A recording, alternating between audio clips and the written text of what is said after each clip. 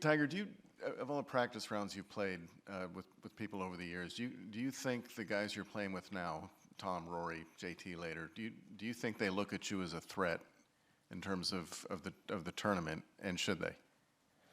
Well, I don't know if I threat or not. It's just, I think it's understanding, picking some guys' brains and trying to figure out what they need to do to win this tournament. Hey, I was lucky enough to have played with Freddie and Raymond my first year, and Seve and Ollie. That was incredible. And then Jack and Arnold and go off to the par 3 contest with those guys. That's what this tournament allows us to do is pass on knowledge and gain knowledge from the past and apply it. And whether I'm a threat to them or not, who knows? People probably didn't think I was a threat in 19 either, but it kind of turned out okay. How much knowledge do you share that you wouldn't have maybe 10 years ago? Well, I'm probably sharing more knowledge now because of the fact that I was always asking guys how to play this golf course. So there was that transition where I was asking all the guys how to play this golf course, and then now they're asking me how to play it. And again, it's one of the neat things about this tournament and the history. It's to be able to see the different generations and be able to be a part of that. And as I said, playing, you go back to '95 and playing with Fred and Raymond. I still to this day, Fred texts me almost every day, and so it's one of those neat things to be able to build these memories in these practice rounds and at this tournament. And as I said earlier, this tournament has meant so much to me in my life. I've had so many great memories here, and looking forward to another great week. Take the gentleman on the far left, Gary. Yes, sir. Yeah. So, Tiger, I love this idea of knowledge share and learning from the guys that have gone before. Can you give us some example of maybe a situation or a particular instance that that we can relate to on what you've learned or what you've shared? Well, let's go back to the playing with Fred and Raymond. Okay, so playing number 2, right? The back left pin. There was a moment in time when the gallery was not there on the second shot in the landing area next to the green, and there was a time when as of right now, there's the gallery there.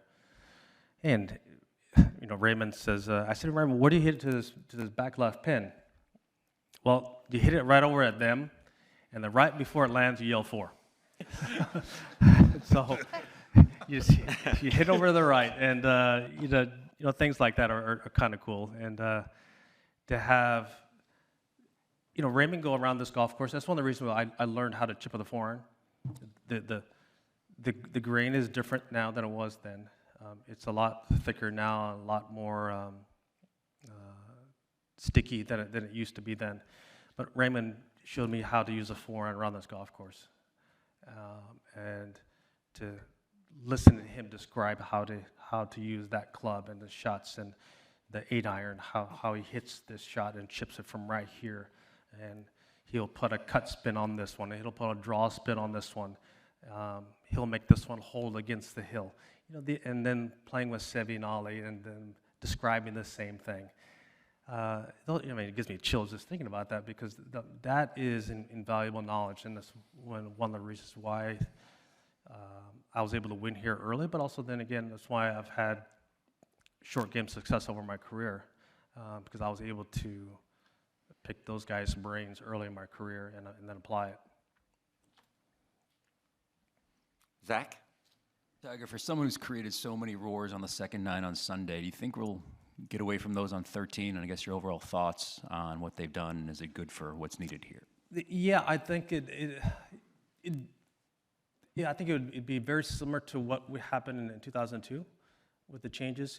They were so dramatic on some of the holes, and when they did dramatic lengthening, that we were all kind of astounded by just how far this golf course was now playing. But then as years passed, it became a moot point. guys with more athleticism, technology, and the average number of carry has gone up dramatically. So from 2002 to present day, those changes seem like a moot point. 13 is kind of what that dramatic change was in '02. It seems dramatic to us right now, but if these guys keep getting longer, they keep getting taller, more athletic, and keep hitting the ball further, that hole is going to play, I think with a driver and a mid-iron. But again, I think similar to what in 2002, there was that change there, and like the change at 11, then pushing the hole back at 18. I think there will be less 3s and 7s on 13. There'll be more 4s and 5s.